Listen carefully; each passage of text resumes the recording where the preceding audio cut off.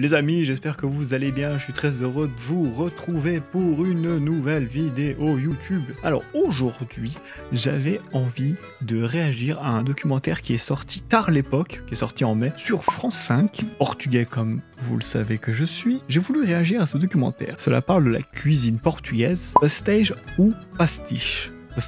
J'avais envie de réagir dessus pour voir un petit peu les clichés, voir un petit peu ce qu'ils disent un peu. Alors après, je suis pas un expert de la cuisine portugaise, mais quand même, je connais pas mal de choses. Donc du coup, je ferai des pauses, des arrêts. Comme ça, je réagirai un petit peu. Donc la vidéo risque de durer un petit moment, sachant que le documentaire dure quand même 50 putain de fucking minutes. Je vous résume, enfin je vous lis le résumé du coup. Proche de l'Espagne, bordé par l'océan Atlantique, le Portugal possède une gastronomie variée et savoureuse. Longtemps sous-estimée, aujourd'hui notamment grâce au talent de nombreux franco-portugais, elle retrouve toute sa place jusque sur les meilleures tables françaises. Ces dernières années, la France est même devenue, après le Brésil, le deuxième pays consommateur de produits portugais. Comment cette cuisine traditionnelle s'est-elle en 3 générations invitée à la table de presque tous les Français, au risque de parfois perdre en saveur et en authenticité? Eh bien, on va voir ça tout de suite.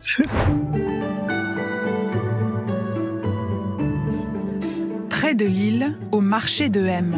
Alors attends, c'est par là, tu crois? Ouais.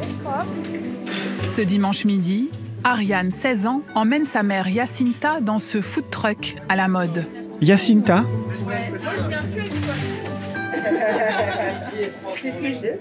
Cotalos, ça t'aimerait bien aussi. Et tiens, morue grillée aussi.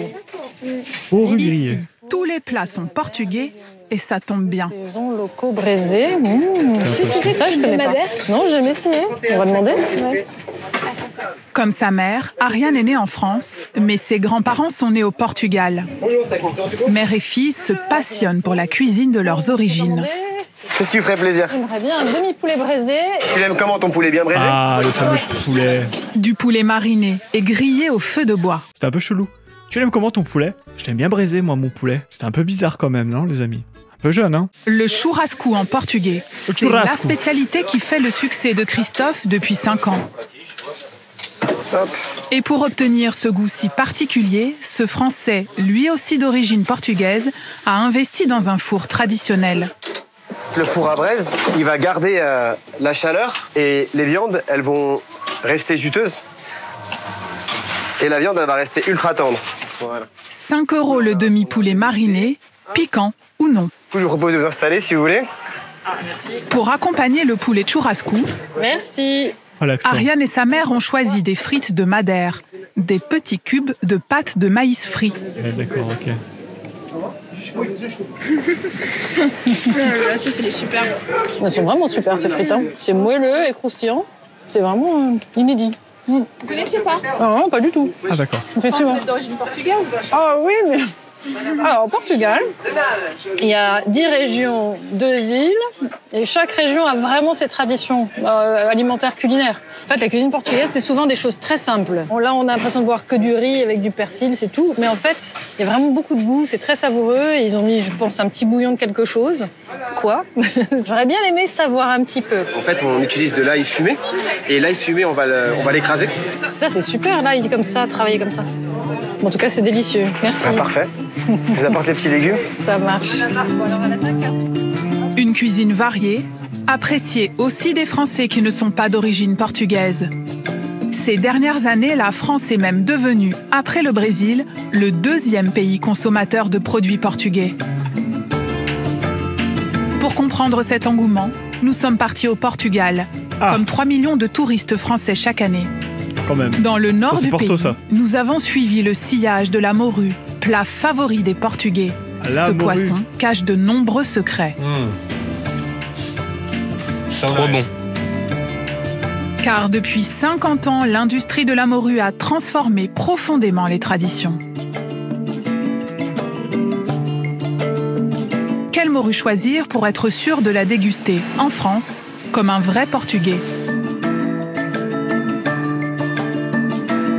Un quart d'heure, voilà. Plus au sud, nous sommes descendus vers le cœur du pays, à la rencontre de Julien dos Santos. Julien dos Santos. Ce franco-portugais puise dans la terre aride de ses ancêtres et réussit à valoriser ce terroir jusque sur les meilleures tables françaises. Bel accord en tout cas. Au dessert, nous sommes allés à Lisbonne, la capitale, pour dénicher les meilleurs pastèches de nata. Au départ, simple pâtisserie locale à la recette bien gardée. Donc là, je peux plus passer. Non, ça c'est écrit ici en portugais, Oficina do Segredo. Elle a conquis toutes les boulangeries et supermarchés français jusqu'à en perdre sa saveur. C'est vrai qu'il y en a au Lidl. Ouais, c'est le croustillant, c'est pas du tout le même bruit. 1,5 million de personnes d'origine portugaise vivent aujourd'hui en France. Tu peux remonter un petit peu plus haut éventuellement. La 3e génération a pris le relais et transforme désormais la cuisine simple de leurs origines en une gastronomie tendance. Au risque de perdre en authenticité, elle est pleine d'eau. On achète de la morue et on mange de l'eau. comment cette cuisine traditionnelle s'est-elle en 3 générations invitée à la table de presque tous les Français ?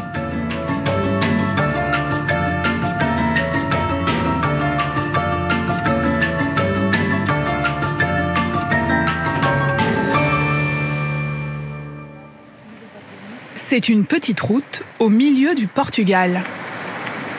Une route que vous pourriez emprunter lors de votre prochain séjour. Nous sommes avec Ricardo, enfant du pays et critique culinaire. Il a fait 5 heures de voiture pour nous faire déguster la meilleure morue du pays. Ah, quand Ici, même. à plus de 50 km de la mer, à l'intérieur des terres. Vous savez, c'est parfois dans les endroits les plus cachés que l'on trouve les meilleures choses. Vous voyez, ça, c'est un village typique. Okay. Oui, on voit bien. Au nord du Portugal, dans la région du Minho, se niche le petit village de Póvoa de Lanhoso.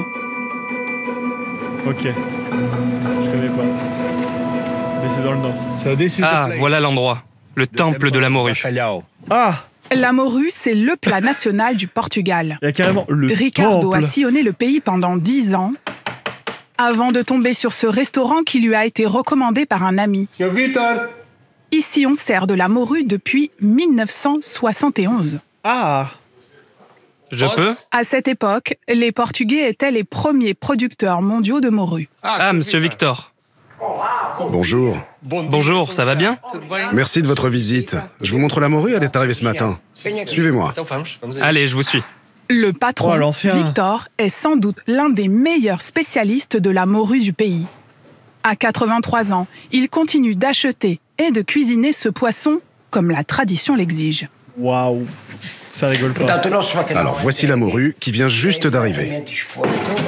Ce qu'on appelle morue, c'est en fait un poisson que vous connaissez bien, le c'est du cabillaud qui a été salé et séché. C'est cette méthode de conservation qui lui donne son nom de morue. Pour les connaisseurs comme Victor, le goût authentique de ce poisson ne s'obtient qu'avec du temps. Elle est restée combien de temps dans le sel ? Pour la maturation, je l'ai laissé 13 mois. 13 ? Oui, Ah ouais. Wow, c'est de la vraie. c'est la meilleure. Elle a eu le temps de bien sécher, là. Oui, c'est vrai. Dites-moi, pourquoi la morue est meilleure quand elle a maturé longtemps ? C'est ce que préfèrent nos clients. Plus elle a maturé, plus elle est savoureuse, plus elle est onctueuse. Je peux manger de la morue tous les jours, à tous les repas, mais pas au petit déjeuner. Ah, tu m'étonnes, c'est bon. Hein. Cette qualité unique a un prix, et ce prix, c'est encore et toujours le temps. Celui du dessalage cette fois. Voilà, ça c'est la morue une fois qu'elle est dessalée. Au minimum, il faut la laisser tremper 12 heures dans l'eau froide pour éliminer Waouh. le sel. Ça, c'est vrai, ça. Victor, lui, la laisse 48 heures. Ah, Mario, c'est le secret. les clients vont arriver. Tu peux commencer la cuisson. Et ensuite, vient la cuisson, traditionnelle, une fois de plus, au feu de bois. Comptez une vingtaine de minutes Ah bah tu m'étonnes. avant dégustation. Putain, le resto est blindé. Voici monsieur, notre morue. Super. Qu'est-ce qu'elle est jolie. Merci. Merci, merveilleux. C'est un gros morceau.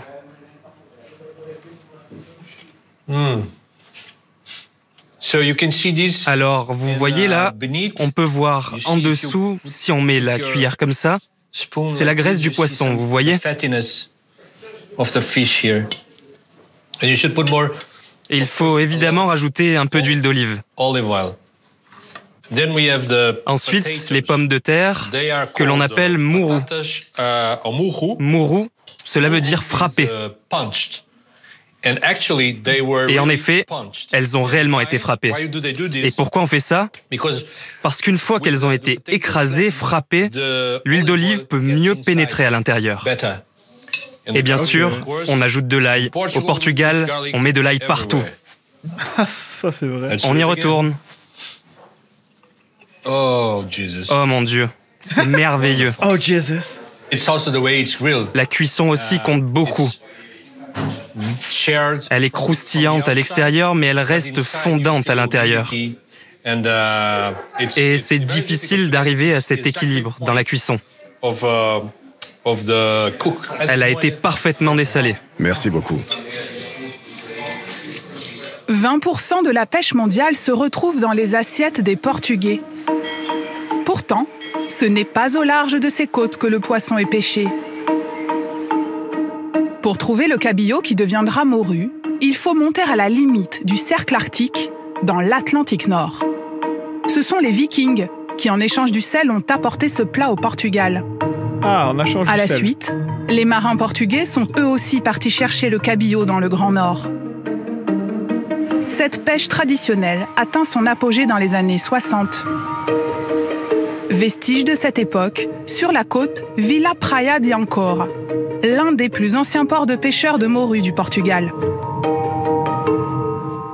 Bonjour. Salut. Salut Celestino, tout va bien? Celestino, 76 ans, a connu l'âge d'or de la pêche à la morue. Pour nous raconter ce pan d'histoire nationale, direction le centre culturel de la ville. L'ancien pêcheur avait 16 ans lorsqu'il a embarqué pour la première fois. Alors c'est ça la barque.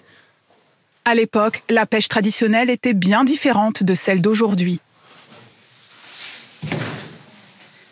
Tu te sens comment sur ce bateau?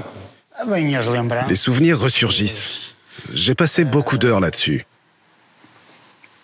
Les souvenirs reviennent, et les peines aussi. Je me sentais vraiment seul. Seul au monde. Comme des centaines de pêcheurs portugais, Celestino traversait l'Atlantique pour rejoindre les côtes canadiennes. Un voyage de 4000 km.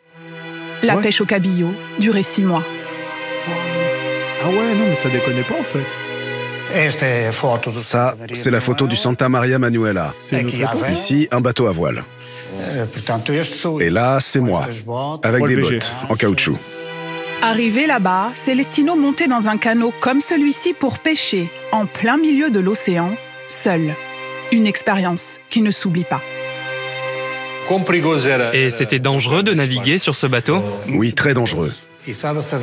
On devait hisser la voile, et il y avait du vent, des vagues.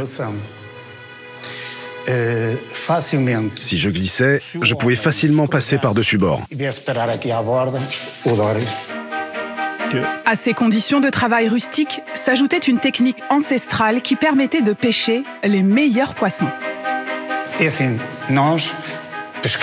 Nous pêchions à l'hameçon. Et cette manière de pêcher détermine la taille du poisson que l'on prend. Parce que si le poisson est petit, il ne mord pas à l'hameçon. Il n'y a que le grand poisson qui mord à l'hameçon. Ensuite, je ramenais les poissons au navire. Et c'est là que le cabillaud était ouvert et lavé. Après, on le descendait dans la cale du bateau pour le saler. À cette époque, la salaison était le seul moyen de conserver le poisson. Eh bah oui, du coup. Et après, quand on rentrait au Portugal, on déchargeait la morue du navire pour la mettre à sécher au soleil. Le travail du séchage était fait majoritairement par les femmes. Et sûrement parce que cela coûtait moins cher. Aujourd'hui, les techniques de pêche ont bien changé. Et pour Celestino et Ricardo, cette modernisation a dénaturé le goût de la morue traditionnelle. Dans l'Atlantique Nord, à bord de ces énormes chalutiers, le poisson est désormais pêché au filet, quelle que soit sa taille. Cela empêche les plus jeunes de grossir et de se reproduire. L'espèce est menacée. Autre changement est de taille. Désormais, pour être conservé, une partie du poisson n'est plus salée, mais congelée directement à bord du navire. À son arrivée au Portugal, dans une usine comme celle-ci, le cabillaud est alors décongelé. Ironie de l'histoire, le cabillaud décongelé est ensuite salé pour tenter de lui redonner le goût d'antan et surtout son nom, la morue.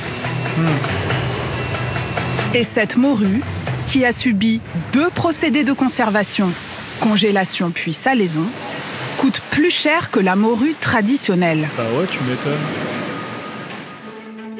En France, dans les supermarchés et les poissonneries, on trouve de la morue salée, vendue en moyenne 20 € le kilo, contre 15 € pour de la morue traditionnelle jamais congelée.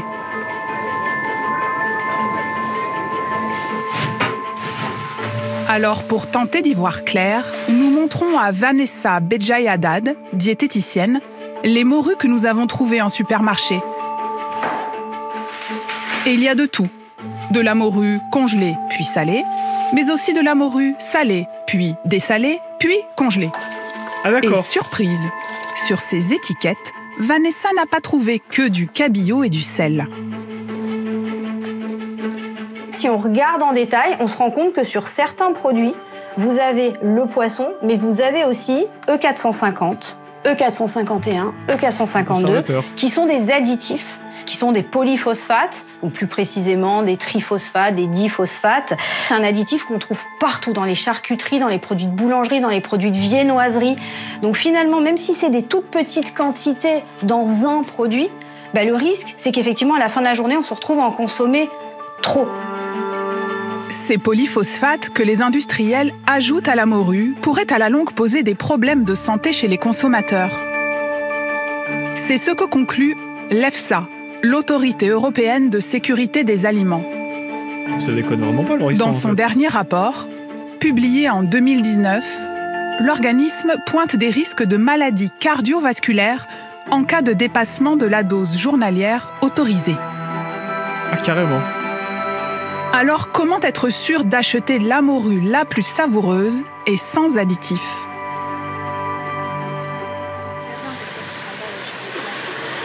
À Lille, Jacinta, la maman d'Ariane, a longtemps cherché. C'est finalement dans cette épicerie qu'elle a trouvé son bonheur. De la morue salée sur le bateau, séchée au Portugal et surtout pas congelée. Voici comment elle se présente. Ah ouais. On voit que c'est relativement clair, il n'y a pas de grosses taches, on voit que le poisson est sain, quoi. Donc ça, c'est important de regarder. Et donc là, il est nickel, hein, il est parfait. Je souhaiterais un morceau de morue plutôt dans la partie épaisse. Est-ce que vous pourriez me le découper ? Oui. Sans les ailes. Sans les ailes, oui. Pour Jacinta, parfait. Cette morue est la vraie morue portugaise. Super. Et à 14 € le kilo, c'est aussi la moins chère. C'est vrai, merci beaucoup. Au revoir. Le lendemain, c'est à Ariane de jouer avec le cahier des recettes transmises à sa mère par sa grand-mère. Porco all'indiana, tu connais ? Ouais. C'est, on va dire, les seules attaches avec le Portugal, vu que je parle pas super bien la langue. Et même si j'y vais de temps en temps, ça me permet d'avoir un lien. Elle était nulle, les amis. Non, elle était nulle, cette vanne. On la garde pas au montage. Plus organique avec le Portugal, et donc de vraiment comprendre. Pour faire un bacalhau à Gomes de Sá, prenez des pommes de terre, des œufs, du laurier, de l'ail, du lait, de l'oignon et bien sûr de la morue, que Jacinta a laissé tremper dans de l'eau pendant 24 heures. Quand on veut dessaler la morue, il faut que la peau soit vers le haut. Okay. Donc ça, c'est important de bien la mettre dans le bon sens. Sinon, ça marche beaucoup moins bien. Bah oui, hein. Et voilà. On va prendre 2 belles gousses d'ail. Voilà. Et on va mettre ça dans l'eau. Et là, il y en a pour un quart d'heure. Les oignons. Et on va mettre beaucoup d'huile d'olive. Beaucoup. Tu vas voir quand ça va se colorer un petit peu, là on arrêtera la cuisson. D'accord? D'accord. Allez, je prends ma casserole, on la dépose ici à côté de la planche et le déposer là. Tu vois, on voit deux parties, tu les sépares doucement, voilà. C'est chaud. Quel brut. Tu vas doucement en fait, tu vas pas te brûler. Et là on voit la grosse arête dorsale, là, on l'enlève. Vas-y, tu vois, ça s'enlève tout seul. Hein. On va faire un couteau. Voilà, très bien. Dégueulasse, ces gamins. En plus, il y a les cheveux, là. On va mettre du lait bien chaud sur la morue. Voilà, ça, c'est un petit truc à savoir pour qu'elle soit plus moelleuse dans le plat. Donc, tu mets une première couche d'oignon que tu étales bien. Voilà. Ensuite, on répartit les pommes de terre. Alors là, les gars, c'est vrai que moi, je suis pas... La morue. Je suis pas trop un amateur de morue, certes, mais c'est très bon. Par contre, c'est très bourratif. Hein. Quand je mange à Noël chez mes parents, pas souvent. Et puis, ils me font toujours un plat, mais des fois, je leur dis, écoutez, je veux manger la tradition. Je veux manger portugais, ok? Oh, je renie pas mes origines, d'accord? Mais le lait, là, c'est sûr ça, cette histoire. Hein. Faut que je check. Hein. Je suis prêt à appeler ma mère et dire, tu mets du lait? Est-ce que tu mets du lait dans la morue? Je veux savoir. Un peu d'oignon. On enchaîne sur les pommes de terre. Qu'est-ce qu'il reste? La morue. Allez, et c'est reparti pour les oignons. Sacré plat. Et on va pouvoir mettre au four. Une demi-heure plus tard, gratin, la quoi. morue à Gomez de Sa est cuite. Donc elle est en brage. C'est un peu ça, quoi. C'est un gratin, quoi. Ok. Je connais. Voilà. Ah ouais, ça c'est complet, les amis. Ça c'est au Portugal. Tandis qu'Ariane apprend l'une des 365 recettes de morue du Portugal, un franco-portugais a choisi, lui, de faire connaître les produits lusophones aux Français.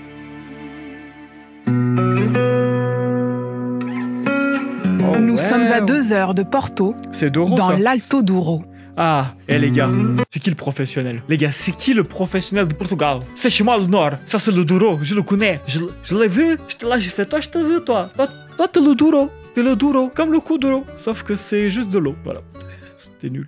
Une région retirée qui tient son nom de ce fleuve, le Douro.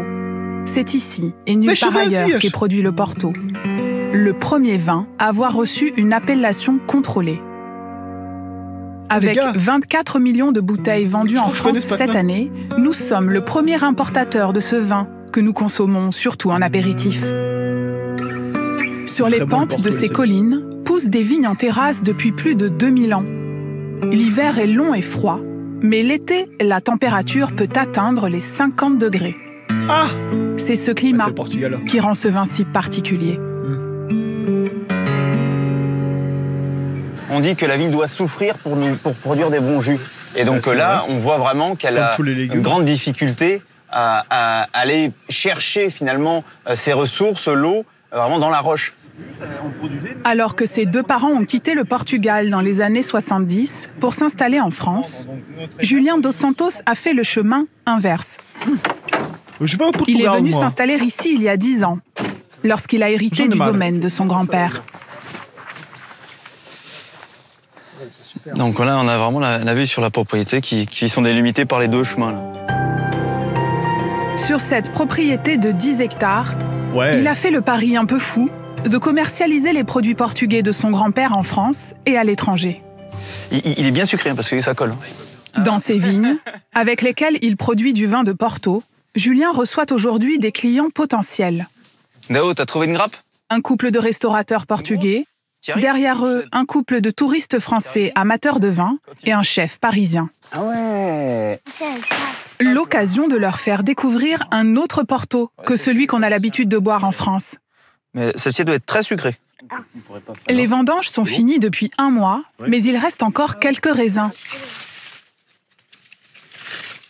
Quand je suis dans les vignes, c'est comme si j'étais un petit peu avec mon grand-père. Je me remémore ces moments passés avec lui à me balader au milieu de ses vignes, le moment des vendanges. Bon voilà, c'est tout plein de souvenirs qui reviennent et donc voilà, c'est sympathique. C'est l'endroit où tu te sens le plus portugais? Ah oui, bien sûr, sans aucun doute.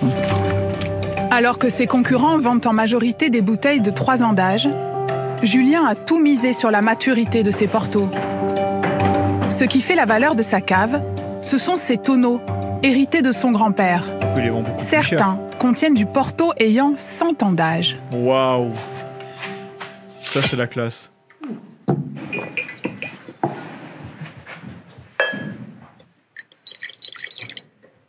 Dis donc, il a l'air bien bon celui-là. À chaque fois que moi je goûte ces Portos-là, c'est autant d'émotions puisque c'est pas moi qui les ai faits, c'est les anciennes générations. Un trésor qui lui permet de fabriquer du Porto de tous les millésimes, de tous les âges. Pour cela, il n'a qu'à mélanger les vins de ses aïeux avec ceux de ses propres productions.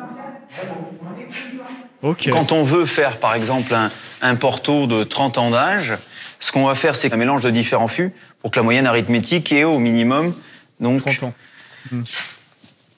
30 ans d'âge. Ce qu'on cherche, c'est l'équilibre du vin. Donc le Porto étant un vin sucré, il faut l'équilibrer avec l'acidité, ce qui permet qu'à la dégustation, on salive et qui nous donne une envie de revenir au Porto. Et c'est tout là l'art de faire du Porto, c'est de créer l'équilibre pour créer des grands vins et de pouvoir finalement les faire traverser le temps. Et c'est cela qui fait de ces Portos des vins riches aux saveurs variées que l'on peut déguster à tout moment du repas. Le Porto doit être servi frais pour qu'il ait une meilleure sensation en bouche, qu'on ait moins de sucrosité, qu'il soit beaucoup plus agréable. Et aussi, essayer de le sortir de l'apéritif pour le tester. Par exemple, un Porto extra sec avec un foie gras, ça fonctionne très très bien. Ou même avec un bon pâté en croûte. Je croyais qu'il y avait le Porto. En fait, j'ai découvert aujourd'hui que c'était les Portos. Donc c'est une gamme. C'est une gamme qui est assez complexe, qui va de quelque chose de sec à quelque chose de très très doux. Alors moi, personnellement, je buvais le Porto en apéritif et je prenais plutôt n'importe quoi. Et puis après, je passais à autre chose. Et en fait, c'est pas ça du tout. C'est un vin qui mérite beaucoup plus d'attention et qui mérite de s'associer à des moments de vie, à des moments de dégustation.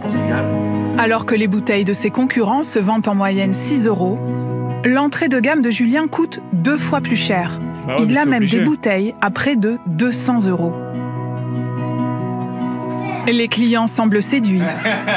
Mais Julien a un autre défi à relever, en tant qu'employeur cette fois. Car la région du Douro se vide de ses habitants, qui ne trouvent pas de travail.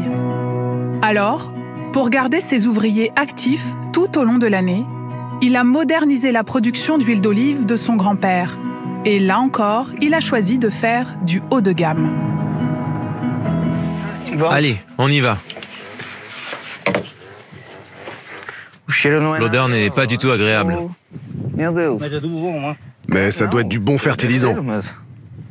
Julien a relancé la plantation de jeunes oliviers et continue d'exploiter ceux de son grand-père. Trop bien. Mais pour faire une huile d'excellence, il les récolte beaucoup plus tôt que lui. Pour habitude, dans le territoire, ici, on récolte les olives dans un mois, mi-décembre. Nous, on décide de la récolter quasiment un mois avant pour vraiment travailler sur la qualité de l'huile d'olive, sur le côté aromatique de l'huile d'olive et pas seulement sur le côté gras de l'huile d'olive. Elle va être bonne, là? Là, cette année, on a une très bonne récolte. On voit que l'olive est pleine.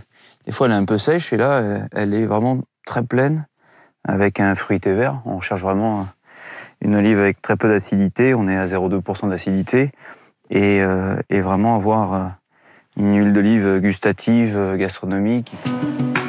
La production de Julien est vendue en épicerie fine dans toute l'Europe. En France, elle coûte 30 € le litre, 6 fois plus cher que l'entrée de gamme des huiles d'olive de supermarché. Un pari d'excellence qui séduit les consommateurs et qui tire sa force de ce terroir si particulier.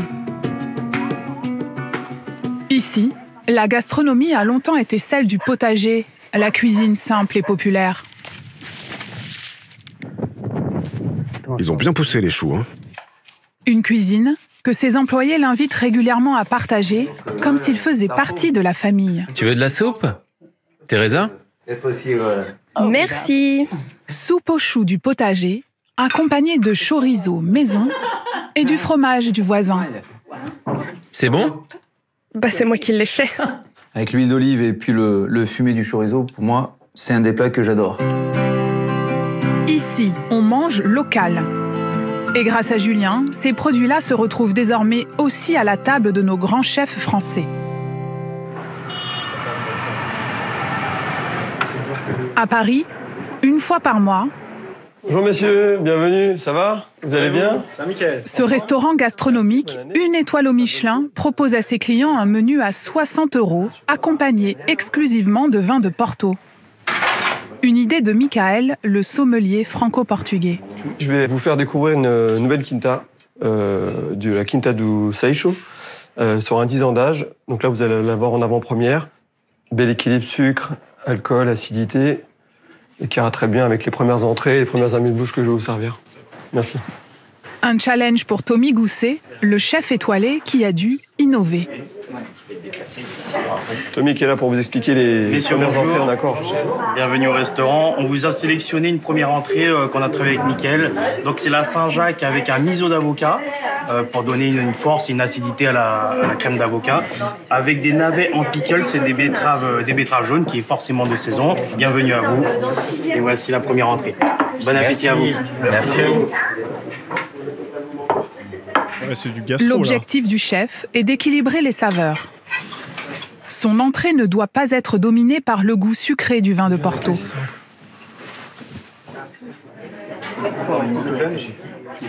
Avec le piment, ça marchait super bien, ça adoucissait un peu l'ensemble.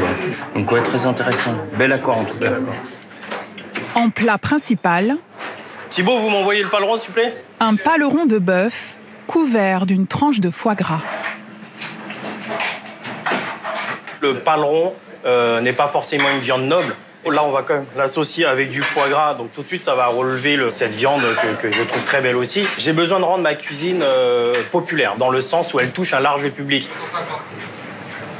Pour l'accompagner, des pommes de terre soufflées sur leur petite purée. Et surtout, Tommy a choisi une sauce au chocolat. Ah ok. Il y a du vin rouge, du jus de viande. On l'a monté donc avec du chocolat, lié au chocolat, un peu de vinaigre de Xérès pour donner un petit peu d'acidité. Donc il y a un peu de sucré, un peu d'acidité. C'est ce qui va vraiment donner la puissance à ce plat. Et justement, c'est ce qui va permettre un accord parfait avec le Porto. Il me faut la truffe aussi, s'il vous plaît. Hein. Et pour finir, de généreuses tranches de truffes de Bourgogne. Pas déconnant. L'ambition de cette nouvelle génération de producteurs et de chefs. Réinventer la gastronomie française en l'ouvrant sur le monde. C'est très important pour moi de mettre en avant les origines de Mickaël, car il est franco-portugais et moi-même je suis franco-cambodgien. Donc on est multiculturel. Pour autant, on est complètement intégré dans la culture française. Et c'est important aussi pour moi de prendre un peu d'inspiration de chez Mickaël ou moi-même d'avoir de temps en temps dans mes plats certaines petites touches asiatiques qui peuvent complètement coller avec la culture française et aussi bien la culture portugaise pour le coup. Et pour parfaire cette expérience culinaire franco-portugaise, Mickaël a même une machine à sabrer le Porto. Avec une machine qui s'appelle The Pop Cork, c'est une invention qui a été faite pour ouvrir les portos à la pince. Voilà. Le but ici, c'est de chauffer la pince, parce que le sucre attaque le bouchon, vous savez, dans le porto. Donc le bouchon se détériore souvent sur les vieux vintage ou sur les vintage. Donc le but, c'est de casser net ici au niveau du goulot avec un choc thermique. Nous fait casser le bouchon net comme ceci. Grâce à cette jeune génération, les produits portugais ont trouvé en France une place de choix. Wow. On redécouvre ses origines via de la gastronomie française. Ce qui est un peu particulier. C'est vrai qu'on se sent plus valorisé par rapport au cliché d'il y a 10-15 ans où on était cantonné à gardienne, bâtiment, etc. Aujourd'hui, voilà, on prouve qu'on a d'autres choses à montrer par rapport à notre pays. Au dessert, aujourd'hui, le chef a prévu une tarte au chocolat avec une glace coin caramel beurre salé et des noisettes torréfiées. Et que diriez-vous d'une pâtisserie authentiquement portugaise? Les pastéis de nata. Vous les connaissez forcément. Depuis quelques années, il s'en vend des millions en France. Mais ici, mange-t-on des pastéis ou bien des pastiches?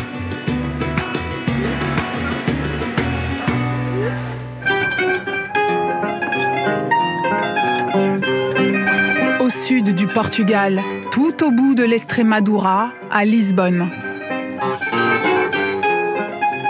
Sur les bords du Tage, La capitale du Portugal est bercée par le son du fado.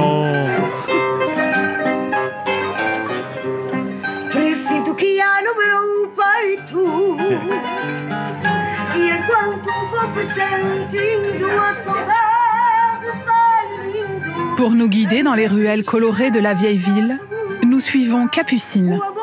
Cette Française, amoureuse du Portugal et de ses pâtisseries, vit ici depuis 10 ans. Salut Capucine. Et c'est dans le quartier de Belém, près du célèbre monastère des Hiéronymites, que nous avons rendez-vous. Pourquoi ils n'ont pas fait un portugais pour faire l'accent, ça aurait été... Sarah, je te pardonne. Ancienne restauratrice, Capucine partage ses expériences sur les réseaux sociaux, avec un rêve secret, percer le mystère de la pâtisserie la plus fameuse du Portugal. Il y a toujours une queue absolument gigantesque. Aujourd'hui, on a de la chance parce que bon, souvent ça peut être le double. Tous ici viennent chercher le même gâteau. Bonjour, je voudrais un pastel s'il vous plaît. Le pastel de nata est la pâtisserie portugaise. Merci. La plus connue du monde. Et celles vendues ici sont parmi les meilleures. Alors, notre pastel, il coûte 1,15 € de pur bonheur. Ouais. Mais c'est pas les mêmes, hein. Là, à première vue, il ne s'agit que d'un simple petit flan. Alors, un peu de cannelle. Donc, ça coupe un peu le côté sucré et ça donne un peu d'épices. Et au Portugal, la tradition avec les épices aussi est quand même très importante. Donc il y a des personnes qui préfèrent mettre du sucre glace, donc pour l'avoir encore plus sucré. Il y a des personnes qui mettent la cannelle et le sucre glace. Il y a des personnes qui la mangent toute seule. Il y en a même qui mangent à la petite cuillère d'abord la crème et après ils mangent le croustillant. Alors comment vous faites? Alors moi je mets de la cannelle. Parfois même je fais ça pour enlever le surplus. Et...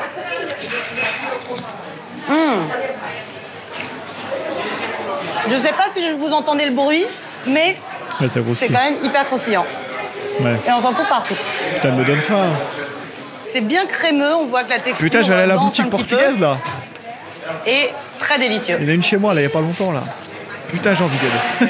Je vais braquer. Pour moi, là-bas. le succès des pastéis, c'est un produit qui est très facile à consommer et rapide à consommer. C'est-à-dire qu'en 2-3 bouchées, c'est fini. Donc, on ne se sent pas coupable. J'aime bien, tu sais. Oh. La meuf, vous savez, monsieur le juge, je suis pas coupable. J'ai juste mangé un pastel de nata. S'il vous plaît, je vais aller au paradis. S'il vous plaît. C'est bon, je suis pas coupable. C'est pas moi, c'est le pastel de nata. Genre, on dirait que t'as fait un crime. L'histoire de ce petit flan est intimement liée à celle du Portugal. Un pays de navigateurs, mais aussi très religieux. Non. L'établissement nous le raconte dans un dessin animé en ligne sur son site internet. Mais non, il y a... Au début du 19e siècle, le clergé au pouvoir au Portugal est renversé par la révolution libérale.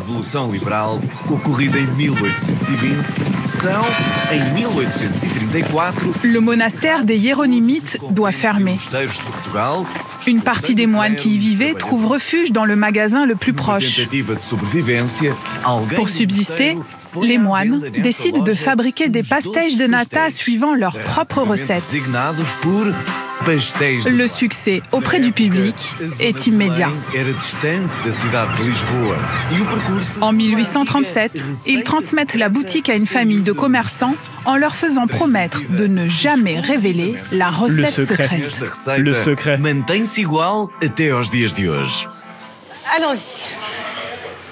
Miguel, l'actuel gérant de la pâtisserie, est l'héritier de la recette par son arrière-grand-père. Il a ouvert les portes de ses cuisines à Capucine, mais pas toutes. Capucine, donc là, je peux plus passer. Non, ça c'est écrit ici en portugais, Oficina do Segredo. C'est la recette originale de la monastère et il y a toujours être en secret, il a toujours être préservé comme ça. Pourtant, à première vue, un pastel, c'est assez simple. De la pâte feuilletée, des œufs, de la farine, du lait. Mais en quelle proportion? Et y a-t-il d'autres ingrédients? On dirait vraiment de la crème pâtissière. Hein. Il y a beaucoup de différences? Il y a de quelques différences, oui. Mais c'est pas la même chose. Les différences, je peux pas raconter. Ça, c'est le secret. Bonjour. Vous allez bien? La recette de la pâte feuilletée qui donne son croustillant au pastel de nata est tout aussi secrète. Mon Dieu, la technique là, laisse tomber. Hein. Chaque jour, ces femmes moulent 15 000 de ces tartelettes, toutes à la main. Putain, c'est ouf, à l'ancienne quoi. Vous voulez essayer de faire un... Oui. Oui. Oui, asseyez-vous. Sila là, elle va vous expliquer comme... Vous pouvez m'expliquer en portugais? Alors on tourne ce côté-là comme ça, on met le doigt vers le bas et on l'étale en tournant le moule et en faisant remonter la pâte. Comme ça? Oui. Il y en a beaucoup plus d'un côté. Hein. Il faut étaler mieux. C'est ça qui forme les stries parfaites. Il faut que ça reste bien droit. Je vais l'arranger un peu. Ah ouais, il faut l'arrondir là. Si on ne fait pas bien, après la pâte ne va pas ouvrir et ne va pas être croquante, ouais, feuilletée comme on veut. Donc c'est un étage très important. Je vais essayer d'être un peu plus précise cette fois-ci. Bon, raté. Et après... Ah, apparemment, elle est jolie. Voilà. Donc, cette petite tarte va être mangée par un client. Apparemment, ils ont accepté mon moulage. Donc, super. Après avoir été garnies de crème, les tartelettes sont placées dans un four spécial qui chauffe à presque 400 degrés. Waouh! Ça chauffe. Vraiment, 400 degrés pendant 20 minutes. C'est fou, ça. Alors, vous êtes en train de livrer une partie de votre secret, quand même. Non, ça, c'est pas un secret, ça, c'est là. Oui, mais bon, on a déjà un ingrédient de plus pour essayer de les faire. Par contre, mon four, il ne monte pas 400. Une fois cuites, les pastèches seront servis tièdes aux centaines de clients et de touristes venus du monde entier qui passent ici chaque jour.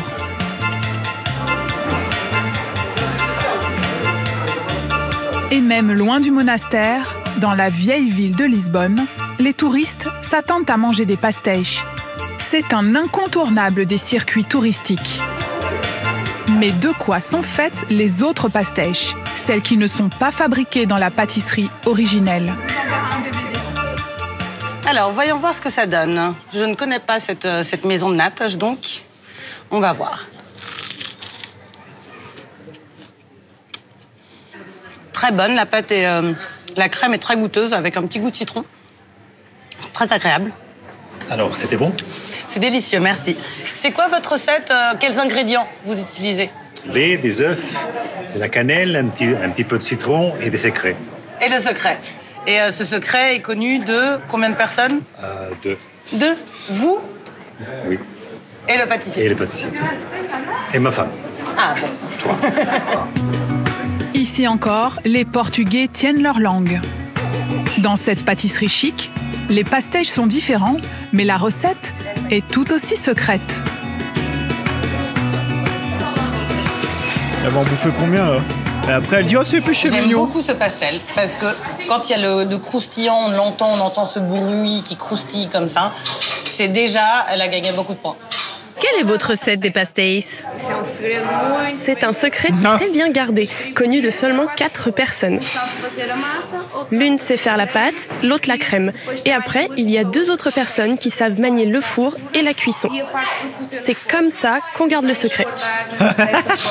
Donc la personne qui sait faire la pâte, elle ne peut pas faire le reste? Non, elle ne sait pas faire un pastel de nata en entier. Ah, comme ça, ils n'ont pas toutes les étapes de la recette. Au Portugal, pas con, le ça. pastel de nata garde son secret. En France aussi, un épais mystère plane sur cette pâtisserie. Mais pour des raisons bien moins avouables. À Paris, on trouve des pastèches qui coûtent 75 centimes pièce en supermarché. En boulangerie, 6 € les 6, ça fait 1 € le pastèche. Et dans certaines pâtisseries réputées, le pastel de nata peut coûter jusqu'à 2,40 €. Eh ben ça va. On se mouche pas du nez. Nous nous sommes rendus en caméra discrète. Bonjour. Dans plusieurs boulangeries-pâtisseries pour comprendre comment et où sont fabriquées les pastèches en France. C'est fait maison, c'est fait ici? Oui, les pastèches sont tout est fait ici. Toutes les enseignes que nous questionnons affirment vendre des pastèches faits sur place dans leur propre cuisine. C'est fabriqué ici? D'accord. Mais lorsque nous demandons à voir leur fabrication, on nous répond à chaque fois que ce n'est pas possible. C'est fait sur place. Et on peut voir là où vous les faites? Il est en bas, il est au fond. Ah, on peut pas. Et là, il est un peu dans son bordel. Selon nos informations, 95% des pastèches vendues en France seraient en fait de la pâtisserie industrielle, beaucoup moins chère à fabriquer que ceux qui sont faits de façon artisanale. Pour augmenter leur marge, de nombreuses enseignes les achètent en usine et se font livrer ces pâtisseries surgelées chaque jour. Seuls quelques artisans pâtissiers résistent à cette industrie. Et pour rencontrer l'un de ces résistants, il faut aller en Seine-Saint-Denis, à Romainville. Georges et sa sœur Lucia sont franco-portugais. Ils fabriquent des pastèches de nata fait maison depuis 10 ans. Ici, la pâte feuilletée est faite à la main et les ingrédients de base sont des produits naturels. Pas d'œuf liquide, pas de lait en poudre, pas de colorant ni de conservateur et un caramel maison. Là, il est encore chaud. En refroidissant, il aura plus une texture de sirop. Et c'est ce qu'on recherche pour donner une onctuosité à la crème. Une qualité qui a un coût. Dans la vitrine de leur boutique, les pastèches sont affichées à 1,80 €. Alors comment le consommateur peut-il être sûr de ne pas se faire rouler dans la farine? Georges et Lucia nous donnent quelques conseils d'experts. Que disent leurs yeux et leurs palais face à des pastèches achetées chez des confrères? Moi, je vois ça en rayon, je sais que c'est de l'industriel. Voilà. C'est de l'industriel. Et encore une fois, l'industriel bas de gamme, parce qu'il peut y avoir du très bon industriel, ça en est pas, ça c'est sûr. Vu comment le feuilletage est pâle, c'est forcément que ça a été... ça va être bourré d'additifs. Bas de gamme. Oui, c'est le croustillant, c'est pas du tout le même bruit. Hein. Là, j'appuie là-dessus, et là, on appuie là-dessus, c'est pas pareil. Ah, c'est artificiel ce jaune-là, c'est pas... Ouais, c'est... Enfin, vous voyez, c'est compact, hein. C'est orange, quoi. C'est orange, ouais. Enfin, l'œuf, il est pas orange, l'œuf, il est jaune. Une tasse bien crémeuse. Là, on est vraiment sur des additifs, des colorants, je pense. Et je pense que ça doit être très sucré. Ils mettent beaucoup de sucre pour cacher le manque de goût, justement. C'est ce que je disais. C'est très sucré. Et la pâte? Fade? Bah, la pâte, elle est molle. Elle est aussi molle que la crème. Du jaune très vif, une pâte molle, un goût très sucré. Pour eux, pas de doute, ces pastèches vendues en pâtisserie ont été fabriquées en usine. Ce qui n'a rien d'illégal, car en France, la réglementation permet à une enseigne d'afficher pâtissier, même si elle ne vend que des gâteaux industriels. Une concurrence déloyale, selon Georges et Lucia. Qu'une grande surface ou un industriel vende un produit bas de gamme à bas prix, ça me choque pas. Ce qui me choque, c'est que là, le mec, il achète ça 20 centimes, il le met au four, il le vend 1,20 €, il a gagné 1 € par natas. Soi-disant artisan, il y a un problème. On se moque du monde. Et ça, c'est tromper le client. Ça, c'est tromper le client. Alors, comment faire quand on a la saudade du bon pastel de Lisbonne et qu'on n'habite pas à Romainville? Une seule solution, les faire soi-même. Vous voulez enfin la recette? Nous l'avons trouvée à Lille, chez Jacinta et Ariane, dans le cahier de la grand-mère. Ah, le cahier de la grand-mère. Voilà, on a les ingrédients, mais on n'a pas beaucoup d'explications. Même la grand-mère n'a pas tout dit, mais la maman d'Ariane sait comment il faut faire. Mais il suffit pas de mélanger les ingrédients, en fait. Mère et fille commencent par la préparation de la crème des pastèches. D'abord, en fait, avec le sucre, on va faire une sorte de petit sirop. On va faire fondre le sucre à chaud, avec un peu d'eau. Ça, c'est une première préparation. C'est nickel. On n'a plus de grains de sucre. Ensuite, On va cuire en fait le lait avec la maïzena, ça va faire la crème. Il faut vraiment bien mélanger à froid. Et on va rajouter les jaunes d'œufs. Et voilà.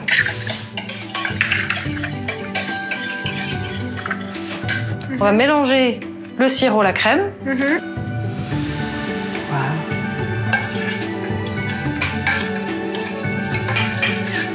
Donc voilà, c'est un mélange, il y a vraiment un ordre et des étapes particulières. Jacinta a fabriqué la pâte feuilletée juste avant la crème pour la laisser reposer un peu. Donc là, ce qu'on va faire, c'est qu'on va découper la pâte feuilletée et on va mettre des petits bâtons dans chaque petit moule. Et une fois qu'on a fait ça, et ben, en fait, le principe, c'est d'étaler avec tu le prends avec les 2 pouces, très simplement. Ça, c'est bien. Nickel. Tu peux remonter un petit peu plus haut, éventuellement, si tu peux. Hein. Mais en fait, ce qu'il faut, c'est... Tu regardes si t'en as un peu dans les angles. Souvent, c'est dans les angles que ça tient le plus. Tu essaies de creuser un peu dans les angles et tu remontes. En fait, il faut appuyer du bas vers le haut. Je suis un peu étonnée que vous acceptiez qu'on filme toute la confection de la recette des pastèches. Ah, je sais qu'effectivement, les tours de main ne se donnent pas. Parfois, je crois qu'on donne des mauvaises pistes. Peut-être un peu, justement, pour brouiller les pistes. Je pense que, justement, en partageant, c'est comme ça qu'on va faire connaître la cuisine portugaise, tout simplement. 2 cuillères à soupe à peu près suffisent. Les pastèches cuisent 15 minutes au four à 240 degrés. C'est le max. Il peut pas plus le four. 400, c'est pas possible. Alors, dis-moi. Ils sont super bons. Ah ouais, j'ai envie d'aller déboîter le truc là. Tu sais les faire, du coup. Ah bah c'est cool. Je suis fière. Vas-y, j'ai envie d'aller à la boutique portugaise. Je vais aller déboîter la boutique portugaise. Oh, les gars, j'ai faim. C'est 4 heures en plus. Moi, je suis à 2 doigts de prendre ma voiture et d'aller acheter ça. Vous avez tout en main pour redécouvrir ce pays et sa cuisine voisine de la nôtre. Et pour déguster ces produits simples et authentiques, laissez-vous porter par la mélancolie du fado.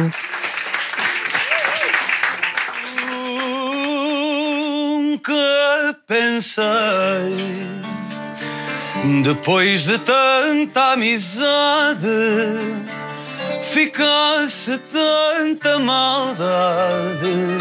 Bravo Sarah. Très bon documentaire. Nunca pensei, mas teu dia de chegar. La jolie prod. Eh bien, écoutez les amis, j'ai bien aimé ce documentaire. Franchement, il était plutôt sympathique. Vraiment, vraiment, il était cool. Franchement, ça représente bien le Portugal. Franchement, je suis plutôt étonné. Je m'attendais à quelque chose de très cliché. Et en fait, pas du tout. C'est vraiment très cool. Et ça montre vraiment les bonnes valeurs. C'est un très bon documentaire. Et voilà les amis, j'espère que vous avez apprécié cette vidéo. Oh mon Dieu, attendez, je vais la refaire. Qu'est-ce que tu veux toi? Tu veux passer à la télé? Viens dire bonjour. Regardez-la. Regardez-la. Il dit bonjour? Il dit bonjour? Oh, regardez-la. Elle est trop mignonne. Oh là là là là.